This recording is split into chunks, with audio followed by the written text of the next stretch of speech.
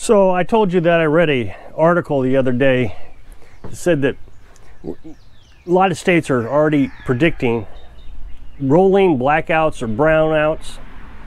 The other day, I think it was Minnesota or Michigan. I wish I'd wrote it down, but regardless, it was one of those northern M states, not Montana, that for several hours they advertised on their website that they were going to raise the prices of electric just like from 3 to 6 p.m.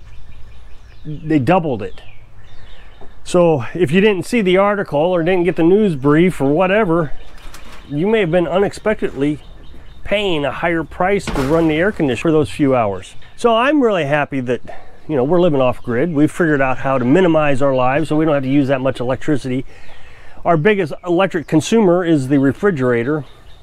We think that we could actually get off the refrigerator now. It's just kind of convenient. So while things are still okay, we use the refrigerator. We go to the store, we buy some frozen meat or just buy some meat, we freeze it in the freezer. And then we have all our canned food that we use as a kind of a backup. So we go shopping about once every 30 days. And Carolyn's really good about getting exactly 30 days worth of food. But for whatever reason, let's say we decide not to go that week. Maybe it's snowing or it's raining or it's cold or whatever. Yeah, so we decide we go the next week. So we got our canned food that we can eat. Carolyn tries very hard to keep the canned food for winter time. That way, when the sun's high in the sky, we can freeze the meat in the freezer pretty easily just using the sunlight with the solar panels. During the winter months, when it's harder to freeze meat, we can rely on our canned food. Also, if there's a big snowstorm, we don't have to go out shopping in the snow. If we run out, we got plenty of food. So we got about 200 cans or jars of this, maybe 250, of chicken and pork and bacon and beef and just all kinds of different things. Now, well, you know, in there we got 15 meat birds. Not exactly meat birds, we're just calling them meat birds. We incubated them. We got 15 out of 22. We'll raise them in for 8 to 10 weeks, and then we'll butcher them. We also got some meat birds in there, Brahmas, that we're going to raise to produce eggs. We got roosters and hens, and then next year we'll incubate Brahmas because they're huge. They're 12 pounds, 10 pounds. And then, of course, we'll can all that. So we were thinking about buying that bag chicken at Save-A-Lot. It's $6.90 for a 10-pound bag. We were thinking about buying it, but we decided not to, since we are going to can those birds. It does get kind of boring just having chicken all the time. Carolyn's really good about making chicken. She actually made, I tell you, she makes this spaghetti without the noodles. It's just burger or sausage or whatever she's using. Well, she's actually figured out how to make chicken patties out of this, make it into that spaghetti that we like so much, cheese and spaghetti sauce. She's just a fantastic on-the-fly cook. Everybody asks for recipes. She doesn't have a recipe. She couldn't tell you what she put in it. She just flavors it and tastes it. Yeah, that tastes good. And it just turns out fantastic every time. But I think we really need to start preparing. And preparing is the wrong word. I don't prepare for anything. I just live. I just live this way. So I think it's time that I really try to talk you into living more minimalistically. I'm not saying you have to live off grid. I've asked folks to do the 30-day challenge, and I've just not seen a lot of people say, okay, I'm going to shut off my electric for 30 days. Or run a minimum amount of electric, maybe just the refrigerator. Just run what we run. We run a refrigerator, I run a tablet, well, actually 2 tablets, depending on which videos I'm doing. Carolyn has a cell phone, I have a cell phone. That's all we run. So minimize your life down to that. No air conditioning. Use fans instead. I'm not saying you have to get on solar panels, but if you could get on just those basics, you can reduce your electric bill. And so when they double the price of your electric for 3 hours, it won't affect you hardly at all. Get yourself a little camp stove. This one's in pretty bad shape. We've got a new one. She's just waiting for this one to go kaput completely. But we use this camp stove outdoors, and she uses it all the time. Of course, we have our wood cooking stove over there I showed you several times. But we use this for everything else. Coffee, we have this percolator coffee pot we put on here. I should have brought that out so I could have shown you. The percolator, and we bring it out a couple times a day, make a pot of coffee. We have a thermos. We can use a thermos. to keep the coffee hot. That way you don't need a coffee pot, you know, one that plugs in and sits around heating your coffee all day. The thermos keeps the heat in. As a matter of fact, our coffee pot holds about 2 thermosfuls of coffee. I could go out and get another thermos, I just haven't yet.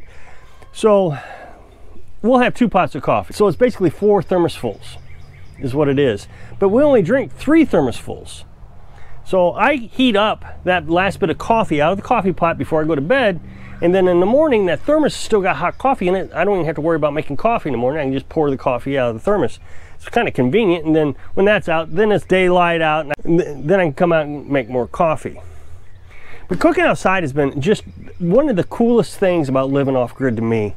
I really enjoyed this porch and cooking outside. I really didn't know if I'd like it. Carolyn is the one that talked me into it. I was going to put a kitchen in there, and she didn't want a kitchen in that small house, stinking it up all the time. I have to admit, it's pretty neat. You know, come out and make popcorn, for example. We got all our ingredients right out here. Everything's out here. The cook stove has worked out really well. Now we also have, so we have that one. We have another one that she's going to replace. It's a kind of a backup. It's ready to go. Then we have a third one that we use for canning, or pressure canners. I just use that because it takes so long to can that, you know, lunch comes around and she's going to want to cook lunch, and of course then if we're using that for the canner, she can't cook lunch. And it keeps it clean. We can put it away. I don't know, I just like having a second one, and it all runs off these 20-pound propane tanks. The 20-pound propane tanks, we go and get filled up once a month when we go grocery shopping. Again, not on electric.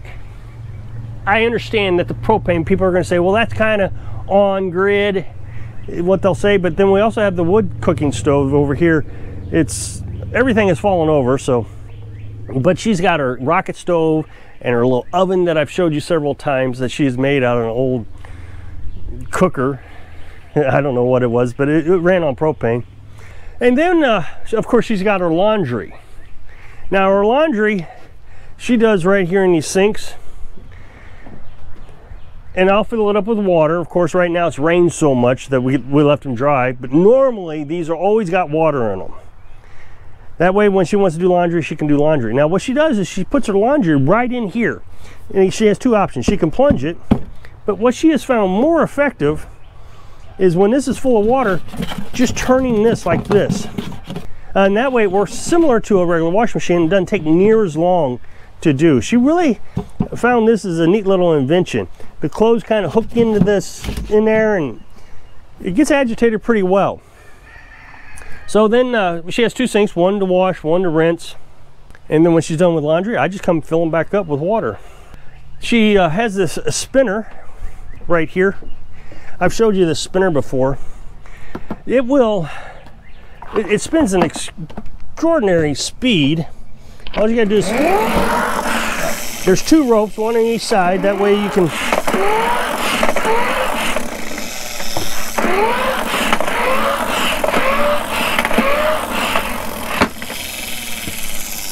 and that spins the water out of the clothes. Now, like I said, she has 2 of these. One is a backup. She's used the backup twice. What happens is since she uses it so much in the winter, if she leaves it out for a minute, the bearings will freeze up. Now, these bearings don't cost anything. There's a little number on the side of it. You gotta have your glasses on to read it. And it's really easy to work on. This thing's so easy to work on, they made it just perfect. You take out this little Allen screw here. There's 4 screws underneath that. You take it apart. There's one bearing on top, another bearing on the bottom. They're 2 different sizes, and you just replace the bearing. It's so simple. But like I said, I have 2 of them. One is a backup. That way, if I have to order a part or something, she's got another one. Well, now I got enough bearings that she shouldn't ever have to worry about this one being out of commission. The other one's blue, this one's white. The reason I suggest this is the washing machine and dryer use a ton of electric. And if you don't know that they've just doubled the price of your electric and you're running the dryer or the washer, oh my goodness, it'd be as bad as the air conditioner. I'll put a link to all the things I'm talking about down here. If you look, you'll see I've got a little click here for product list. YouTube's given me the ability to give you links to these product lines. It's not to Amazon, YouTube's doing it. So I don't get paid to sell this. I mean, they give me like 4 cents or something if you click on it. If you like something, you click on it, you go over there, but after that, they make all the money.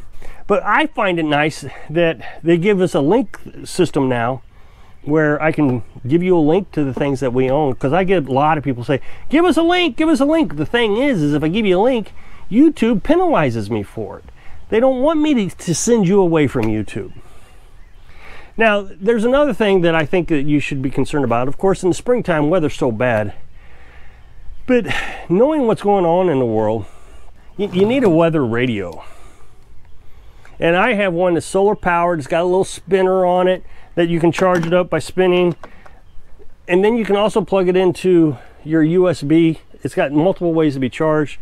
It's got a squealer on it. It's got a flashlight. It's just really handy. And it's a weather radio. That way, if you got bad weather, you're not relying on your phone. It wouldn't be bad to have a little weather radio, especially if you're asleep. I think that's what's most handy.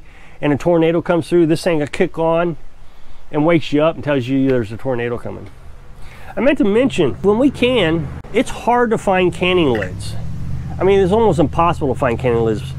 The 2 companies that sold canning lids have sold out to a very large company. And they're only selling jars and these lids to Walmart and maybe Amazon, and they've stopped selling it everywhere else. But these Tadler lids, they're reusable lids. It's a 2-piece system. You got the O-ring and the lid. These have worked out fantastic. That's all we use now. I mean, we only have a few regular lids left. When you buy jars, the lids come with the jars. So I really think it's time to get ready for what they're actually telling us. This isn't preparing. This is just, okay, they've said they're going to do brownouts and they're going to raise the price of electric off and on. So don't be shocked. Just be prepared. Be ready. Prepared is the wrong word. Just live it. If you'll check out that list, I'd really appreciate it. If there's something that you saw that you'd like to look at. Also, there's a super thanks button down there. I'd really appreciate if you check that out. So I hope I can inspire you to be ready for what they say is coming. Thanks for watching.